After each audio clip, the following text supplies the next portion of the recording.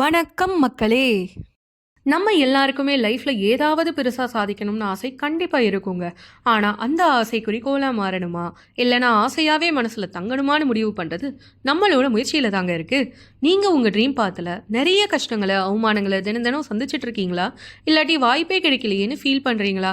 இல்லைனா லட்சியத்தை விட்டு கொடுக்க மனசு இல்லாம உங்களுக்கான ஆப்பர்ச்சுனிட்டி கிடைக்கலனாலும் அதை கிரியேட் பண்ணிட்டு இருக்கீங்களா? இல்லைனா என்னடா வாழ்க்கை இது, எதை தொட்டாலும் தடங்களாவே இருக்கேன்னு நொந்து போய் கனவையே விட்டு கொடுத்துட்டீங்களா? அப்போ இந்த பாட்காஸ்ட் உங்களுக்கு தாங்க. இந்த உலகத்துல 2 டைப் ஆஃப் பீப்புள் இருக்காங்கங்க. ஒரு குரூப் ரொம்ப கம்மி ஏஜ்லயே சீக்கிரமாவே தனக்கு என்ன தேவைன்னு தெளிவா இருப்பாங்க. அவங்க எப்படி குறிக்கோள் அடையணும்னு பக்காவா பிளான் பண்ணிடுவாங்க. இவங்க என்னதான் கஷ்டம் வந்தாலும், வாய்ப்புகள் கை நழுவி போனாலும், இவங்களுக்கான வாய்ப்புகள் கிடைக்கலனாலும் அதை உருவாக்கிப்பாங்க. இப்ப இன்னொரு கேட்டகரி பீப்புளை பார்க்கலாம். இவங்க வாழ்க்கை போற போக்குல அப்படியே ஆத்து நீரை போல போவாங்க. இவங்களுக்கும் கனவு லட்சியம்லாம் இருக்கும். ஆனா எங்க நாம தோத்துருவோமோ, நம்மளால முடியாதோன்னு பயத்தினாலேயே முயற்சியை கைவிட்டுருவாங்க. இல்லைனா வாய்ப்பு அதுவா வந்தா பார்த்துக்கலாம்னு அலட்சியமா இருப்பாங்க. இவங்க கிட்ட ஏன்டா கிவ் அப் பண்ணிட்ட அப்படின்னு போய் கேட்டு பாருங்களேன். அப்ப சொல்லுவாங்க பாருங்க, கதையா காரணங்களை அடுக்குவாங்கங்க. இதுல நீங்க எந்த ரகம்? கமெண்ட்ல சொல்லுங்க. சரி வாங்க இப்போ கதைக்குள்ள போலாம். உங்களில் பலருக்கு ஏகலைவனை பற்றி தெரிஞ்சிருக்கும். தெரியாதவங்க இப்போ வர கதையில் தெரிஞ்சுக்கோங்க. ஏகலைவன் சாதாரண வீரன். ஆனால் அவனுக்கோ வில்வித்தை கற்றுக்கணும்னு பயங்கரமான ஆசை. ஆனால் அந்த காலத்தில் எல்லாராலையும் பாடசாலை போய் கற்றுக்க முடியாது. அப்படி தான் இவனுக்கும். ஆனால் இவனுக்கு இருந்த அதீத ஆசைனால குரு துரோணாச்சாரியார் தன்னோட மாணவர்களுக்கு வில்வித்தை பயிற்சி தரும்போது இவன் தூரமாக மறைஞ்சு நின்று மரத்துக்கு பின்னால் நின்று கவனித்து கற்றுக்கிட்டான். யாருக்கும் தெரியாமல் தனியாக பயிற்சியும் பண்ணினான்.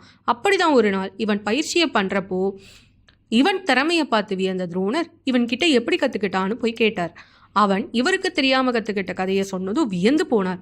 என்னதான் திறமை இருந்தாலும் அவன் முறையா கத்துக்கல. அப்புறம் ஒரு நாள் என்னதான் முறையா கத்துக்கலனாலும் குரு தட்சணை தர துரோணாச்சாரியாரை சந்திக்க போனான். அவர் குரு தட்சணையா அவனோட கைவிரலை கேட்டார். அவனும் தந்தான். என்னதான் ஏகலைவனால விரல் வெட்டப்பட்ட பின்ன வில் பயிற்சி பண்ண முடியலனாலும் யாரோட சப்போர்ட்டும் இல்லாம தனி மனுஷனா அந்த காலகட்டத்திலேயே கத்துக்கிட்டது ரொம்ப பெரிய விஷயம் தாங்க. அதனாலதான் இன்னைக்கும் அவனோட பேரு இதிகாசத்துல பதிய பெற்றிருக்கு.